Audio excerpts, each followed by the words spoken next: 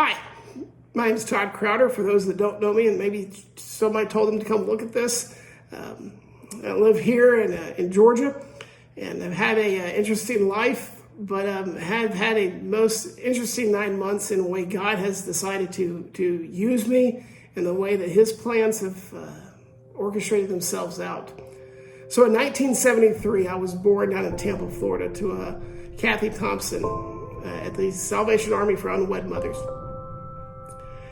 She gave me it for adoption, took a brave stance, and in 1973, was alone in the Salvation Army and decided to give me up for adoption. And a few months later, Tyler and Martha Crowder decided to select me as their child. Now, I've known from the beginning that as far as I can remember, about being adopted, even when I really didn't know what the word meant. They always told me that I was selected into their family versus someone that was born into a family. So it made me more special, and that I was a special child to be selected. So my parents couldn't have been greater people. Tyler and Martha Crowder were two of the most kind and loving individuals that were able to help me, grow me, teach me, provide for me education, provide for me the abilities to be able to have a wonderful life. I'm married now for 24 years with 3 kids. Most of them are all grown up, a 22-year-old, a 20-year-old, and an 18-year-old. And in that time frame, I thought everything was pretty good. However, in 2000, things took a little bit of a different change. The middle one was born, Macy, and she was born 6 weeks early and she was about 7 pounds. And so she was a very large child for being born so early. It was about a month in the NICU. And so in doing so, they had a bunch of geneticists come in, and they'd ask all these questions and ask me about my heritage, and I just didn't have any answers. It was the first time in my life that I actually began to say, maybe I should find out. And I think my dad at the time knew it really bothered me and knew that it was going to be that time frame, but after we got through with Macy, and she's a healthy 20-year-old junior at Ole Miss, doing quite well, has had a relatively successful life thus far. As well as my other 2 kids. They've done really well. So it really did not have much for want. And then you turn around, and my dad kind of said about the summertime of 2008, he kind of came to me and said, hey, why don't we try to find your biological parents? As you're getting older, let's just kind of find out what at least the medical history portion of that, and to see where we are and how we can be able to go about and have it done. Now, unfortunately, Dad passed away in October of 2008. And so with that, it kind of died off. I was just said, maybe that's just what it's supposed to be. It's a nice idea, but nothing was ever done with it. And I was really okay and at peace with it. However, God has in His timing, they say. And in His timing, He does His things that He wants to have done. So about summertime of 2019, a dear friend of mine, Charlie, she was able to post about finding her biological family.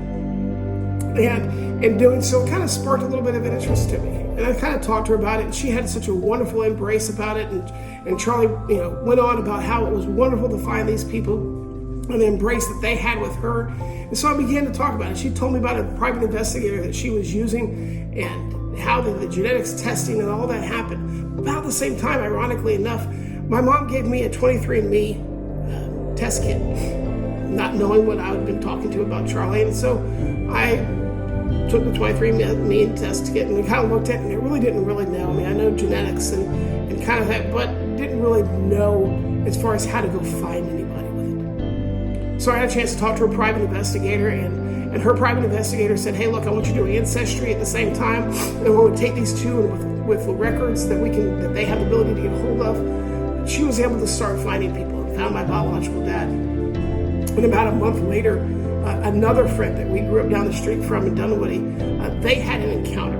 A little bit different, but a private investigator helped bring part of their family together. And it was quite amazing. And so I got a chance to talk to both of them, and they talked about how this private investigator helped them out also.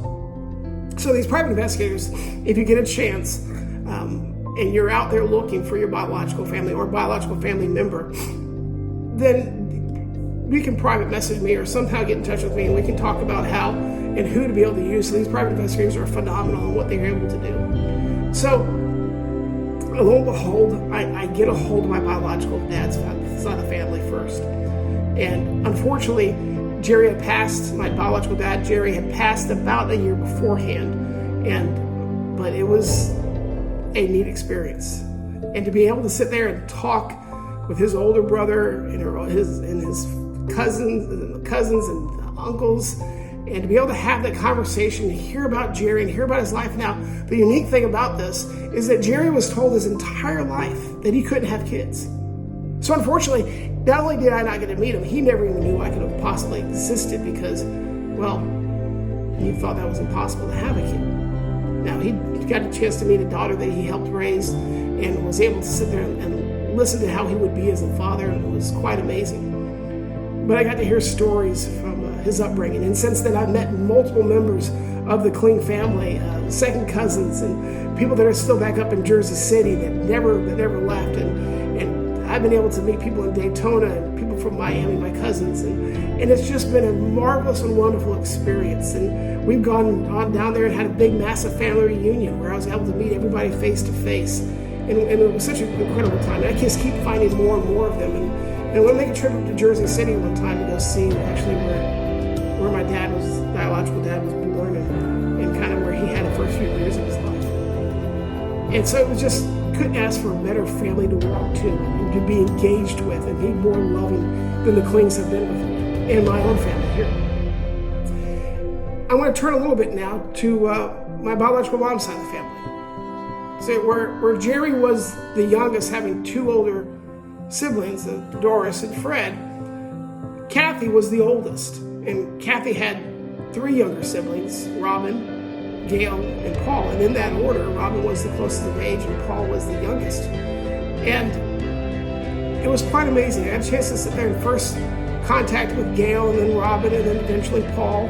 And they've all been marvelous. They've all had a chance to sit there and talk. And unfortunately in January of 2020, everything else is kind of strange in the year of 2020, Gail let me know that she had bone cancer, and I was kind of devastated. Here we are, just meeting these people and realize that they're your biological family and you're getting to know them, and to hear that, just kind of crushing. I hadn't had a chance to meet them face to face, and in February, about mid-February, I was able to go down to the Moffitt Center in Tampa, Florida, and meet Gail and Robin, and I was able to sit there and have that wonderful connection, able to sit there and talk about what Kathy was like and how she was, and find out that she actually did think about me as an adoptive kid. One of the things I think we all think about is, what am I ever thought of? Was I just an afterthought? Did I ever cross her mind? And both Robin and Gail assured me that I did cross her mind multiple times throughout their discussions throughout the life. And that she would have been proud to have known that I was raised by such an incredible family. And it turned out okay, for the most part. And I sat there and I listened to the stories. I got to sit there and listen, and I'm watching Gail sitting in that hospital bed, being diagnosed with bone cancer, and having to have these levels get down enough to where she could be able to have a bone marrow transplant. So Robin and Paul were all excited about being able to go get tested to help their sister out. Now, unfortunately, this is where God really shows his hand. Robin and Paul were not a match. But however, God allowed me to be the match. So 9.5 months earlier, these knew of my existence, but didn't know who I was. And here I am going back down to the same exact city which I was born, where a woman courageously at 16 years old decided that it was better for her to give me a chance at life, by giving a part of her away. Well, how could I not do the same? How could I not go back down to the exact same city and give a chance to give myself and my bone marrow away to give Gail a chance at a better life, just as Kathy gave me? Now, I don't know what your stance is and where you believe in God, but I don't know how you can look at this and say God's hand from the beginning, and not in our timing, but in his timing. was all over this. Because only God can write a story like this. No mere man can write a story.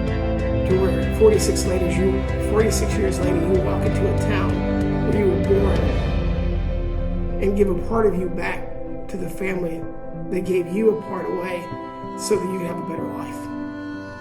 Now, I'm going to have the chance to sit there and to the 21st, the 26th, be down there at Tampa at the Moffitt Center. So I ask that those that are watching this ahead of time, give us your prayers as we go through that, not only with the travels, but also with the procedures types that I'll have to go through, daily shots. And as I go through those shots, then leading up to the actual procedure itself on the 25th, and the 26th is more of a day of rest. And I'm going to cover those prayers for you, those of you that will be sending them. But cover them also for my Aunt Gail, and as she goes through this chance, and hopefully that by me being able to give to her, that God can be able to have that opportunity to show only like He can, and only like the miraculous story that He can create. So I'm going to attach to the pictures here an individual that works with my wife, Michael. He's going to put together some stuff and kind of have this video. He's the one doing all this together. And so I want to thank him. And I'll keep everybody updated. This won't be the last video. I'll probably get some videos while I'm there at the Moffitt Center. But through the encouragement of others, I felt like that this was a perfect time to have a chance to give my story. So as I continue on with my journey, I hope you enjoyed this video. I hope that somewhere that you can see that God wants your availability, not just your ability. And in doing so, He can do great things, more so than we could ever imagine. And it might not be in the timing, it might not be in the way you could ever imagine. But He is good. He's good all the time, if we're just willing to turn to Him and let Him lead. God bless. The crowd down to one. I dream of you in the morning until the day is done, and then again when evening comes. All my life I've waited for this moment now. In your eyes, finally I know I am found. So good to feel this way. Can't find the words to say, but I'll show you how.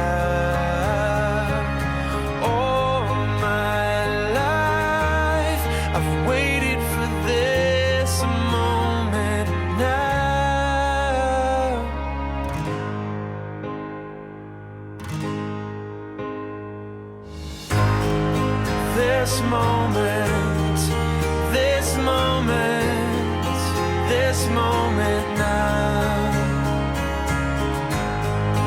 this moment.